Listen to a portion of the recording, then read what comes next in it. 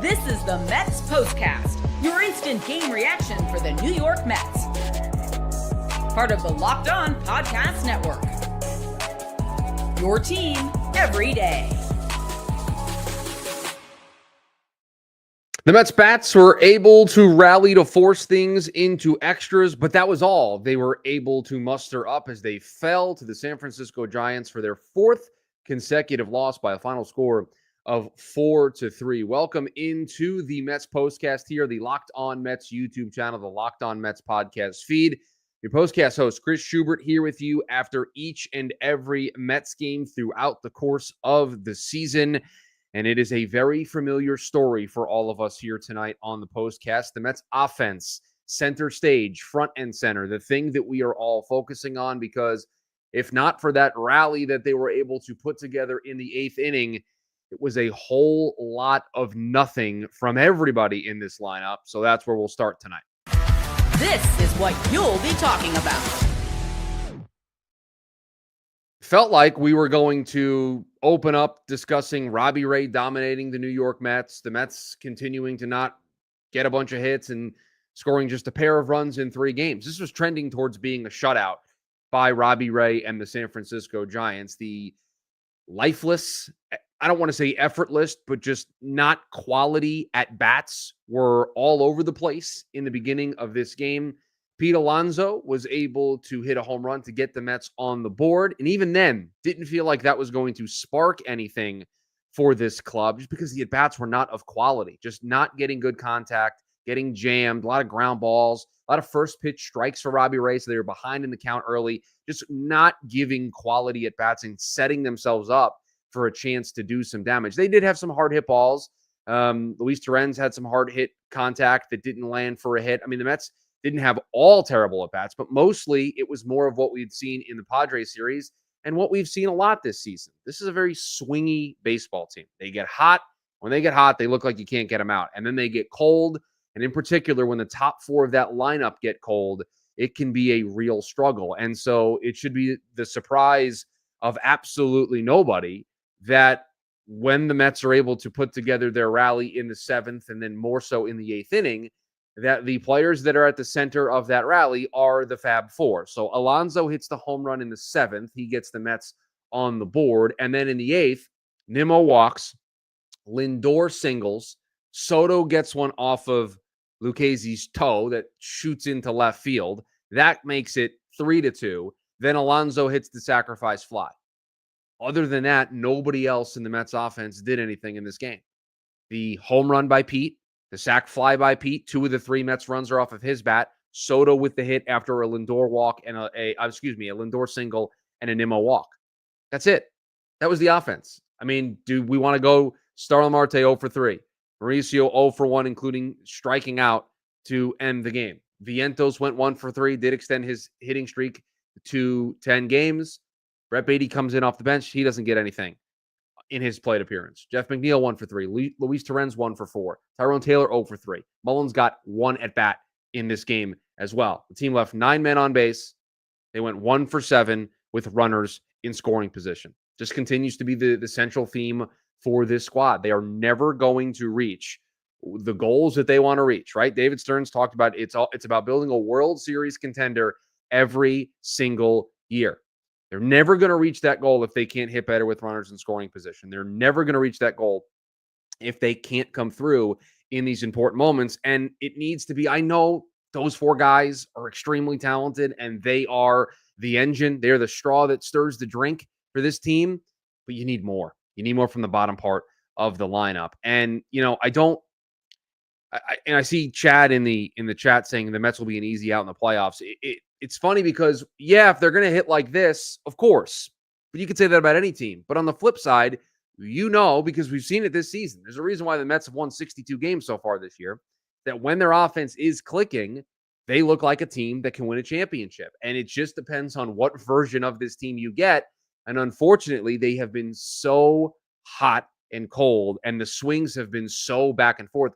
Really, since the start of the second half of the season, it has felt like that, because we were feeling good after the Angel series, feeling good after they went to San Francisco and swept the Giants. They had multiple nice offensive outings during that stretch.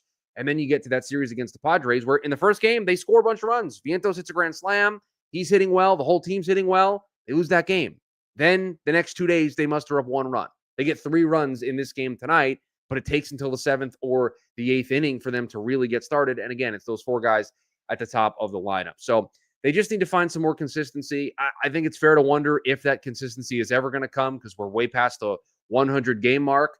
But if the 4 guys at the top of the lineup are locked in, they are all clicking, they're firing on all cylinders, then the Mets have a chance to win. If they're not, you need to either hope that you win a pitcher's duel or that the bottom of the lineup surprises you and they have a great day. That's really it. I mean, I hate to boil it down to something so simple, but that's really where things stand for this squad. And death taxes and David Peterson, just being David Peterson. Another outing where he goes 6 innings, another outing where he allows 2 earned runs or fewer, and he just goes out there and has a typical David Peterson start.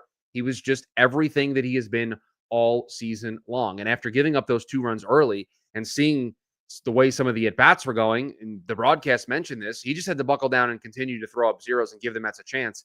He did his job. He threw up those zeros. He gave this Mets offense the opportunity, and they did take advantage of it. They put things into extra innings by scoring those 3 runs, and that's all because David Peterson limited the damage to only 2 runs in this game, allowed 4 hits, the 2 walks, the 4 strikeouts. But again, just David Peterson checking the boxes. Is he going to give you 6 innings? You betcha. Is he going to allow 2 earned runs or fewer? More than likely. Just continue to be everything that the Mets have asked of him. And the one thing that everybody else in the rotation still hasn't been able to do consistently enough, or in some cases at all, he's been doing it basically every single time out. I know he had that small blip of 2 starts that made us a little bit worried, but it's just what he does. He just is going to show up, clock in, punch the time card, and it's going to give you 6 innings and 2 runs or fewer. Let's talk about the Mets bullpen. We'll talk about that decision to pinch hit for Mark Vientos, some other stuff to keep an eye on, and your thoughts, obviously, as well. We'll get to all of it here on the other side. Time to fuel up and turn it up with 5-Hour Energy Transfusion.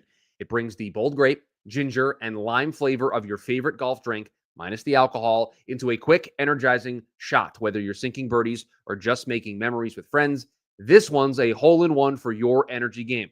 Let's be honest, some days on the course or off it, you just need that extra boost to stay sharp and energized. Speaking of the golf course, that moment that you've had with your friends that you replay over and over again, that crazy shot that you went for that worked out, that crazy moment you tried to hook it over a tree and it landed perfectly 5 feet from the hole. Golf is all about the good times, the good memories with good people and good flavors, of course.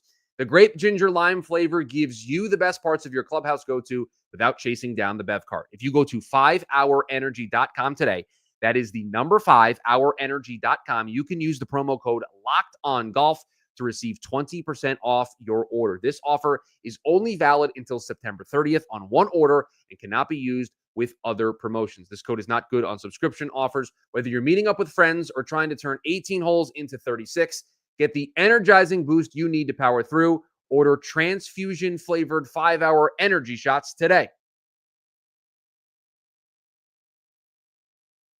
Back here on the Mets Postcast, the Locked On Mets YouTube channel, the Locked On Mets podcast feed. And let's talk about it because I see some people mentioning it in the chat, that taking Vientos out for Beatty, Max saying that the decisions that Carlos Mendoza made tonight are fireable. Mullins not playing the whole game. Listen, Mullins got to the ballpark late. I don't think the expectation was that he was going to be able to start this game. Maybe they should have gone to him earlier when they needed something offensively. Again, he's the better offensive bat, even if it's marginally over Tyrone Taylor. So I can agree with you there that he should have been in that spot. But because I see a bunch of people saying it, Mullins did get to the ballpark a little bit later today than they anticipated. They were not sure when Carlos Mendoza met with the media before the game. They were not sure if he was going to be active. Now, a little bit before the game started, they were able to activate him and send down Luis Angel Acuna, but he was probably rushing to the ballpark, and they probably didn't want to immediately throw him into the lineup, give him a chance to settle in before the game. Now, it wasn't like he got there, at 7:30 as the game started. He was there in time before the game started, but they had already submitted the lineup, and they probably felt comfortable with going with the guys that they had and easing Mullins in, especially since he only just got there a little bit before the game started. Now, let's talk about the Beatty for Vientos thing. And I know what the numbers say. I know Ryan tweeted about this. There are no numbers that would tell you to go to a lefty there against Buto. And by the way, I mean, Bob Melvin playing with fire there, going to Jose Buto for his first appearance with his new team against his old team in the ballpark that he called home forever. You just knew that was going to go sideways on Bob Melvin. So I was very shocked that's the decision that he made in that spot. But then Mendoza goes to Beatty over Vientos. And here is, I'm not excusing it. There's an argument that with the way Vientos has been swinging the bat, the 10-game hitting streak, like we mentioned, he should get that opportunity. He's probably earned that opportunity with the way that he is swinging it lately. And it's not like Beatty's been tearing the cover off the ball either. Part of this to me feels like for the first time in a while, because the Mets have been dealing with Starling Marte being hurt, with Jesse Winker being hurt, Luis Torrens has been their backup catcher, Tyrone Taylor's been their fourth outfielder on the bench.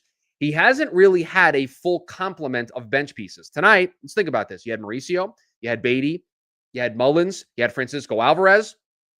You had more options than Carlos Mendoza is used to. And so I think there is going to be, and listen, this is August, this is September. These games matter. We've got to figure this out. They have to be better in these decisions. But it does feel like a feeling out process for how this bench is going to be utilized and deployed, because when the Mets use Cedric Mullins in center field every day, the Mets are going to have to make a decision on who's playing second. And you would assume Jeff McNeil is going to be there most days.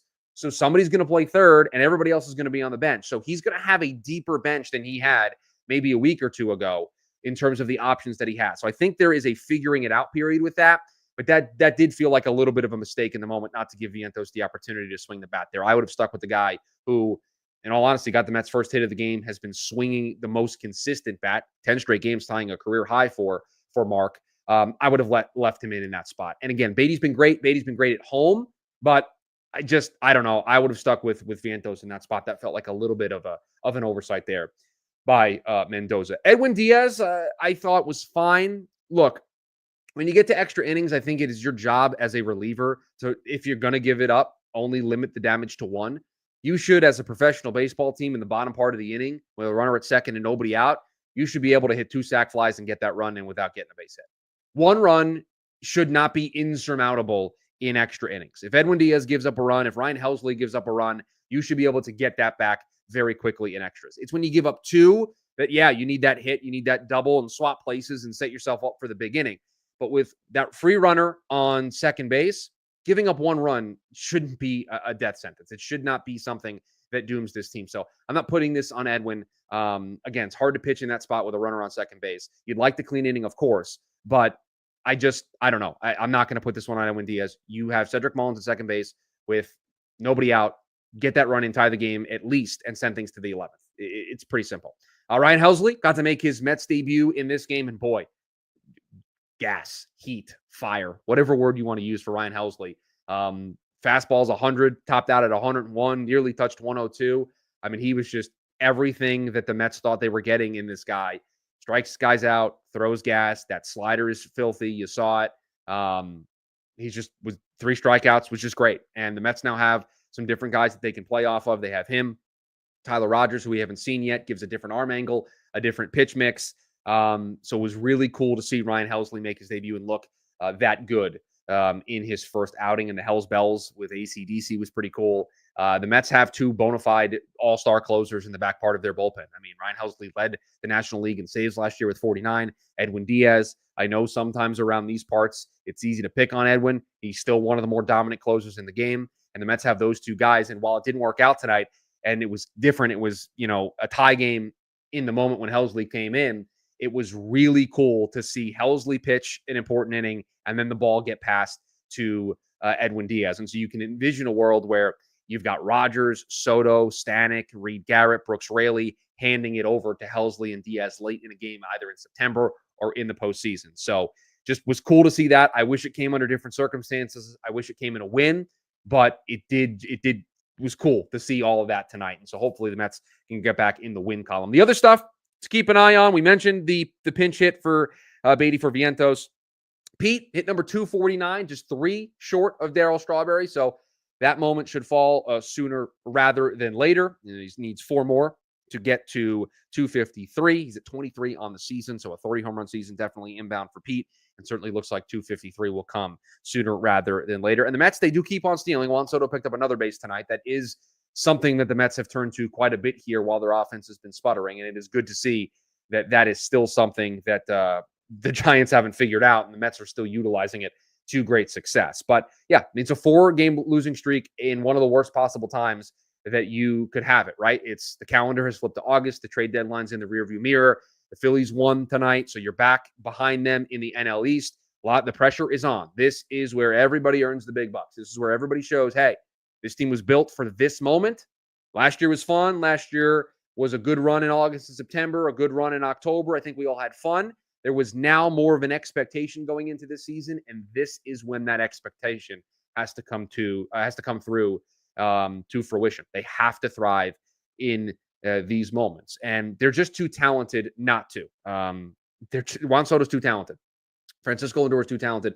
Pete Alonso is too talented. And I disagree with the notion that this has been a bad offense for over 100 games. There have been pockets, sometimes lengthy pockets, where the offense has not been very good, but there also have been pockets where this team has shown you what this lineup can look like when everything is clicking. And you just have to hope that that happens here down the stretch, and more importantly, that happens when they get to October. This is it. Calendar is flipped. There's no reinforcements walking through that door.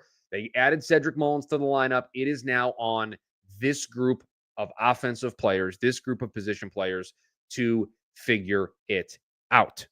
The Mets will look to snap their 4-game losing streak tomorrow. They will send Kodai Senga to the mound in order to do so. We're back on Sunday. No postcast from me tomorrow. We're back at the conclusion of this series. So hopefully by the next time you and I get together, the Mets will have picked up a couple of victories in that time period. The Mets fall tonight in extra innings. The bats slow early. They wake up a little bit. The Fab Four, they start a little bit of a mini rally to get things into extras. Edwin Diaz gives up a run in the top of the 10th, and the Mets, their offense, unable to scratch a run across in the bottom of the 10th, leading to their 4th consecutive loss. They will now turn things over to Kodai Senga, and they will look to get their offense back on track. They will look to snap their 4-game losing streak and, again, get this fun stretch of the season. The Phillies and the Mets battling back and forth for the NL East. They'll look to counterpunch here again tomorrow. That is going to do it for us here on the Mets Postcast. If you are new, please rate, review, subscribe. If you're listening to us in the podcast feed, you're watching us over on the Locked On Mets YouTube channel, hit that subscribe button, turn on that notification bell so that you are notified when we go live after each and every Mets game throughout the course of the season. A disappointing one, I know we all want this offense to just start clicking again, and it will. It's just going to take a little bit. They're just, for whatever reason, they're just in another one of those lulls, but you know that when it breaks out in a big way, and we will be right here to discuss it when it does. Have a good one, Mets fans.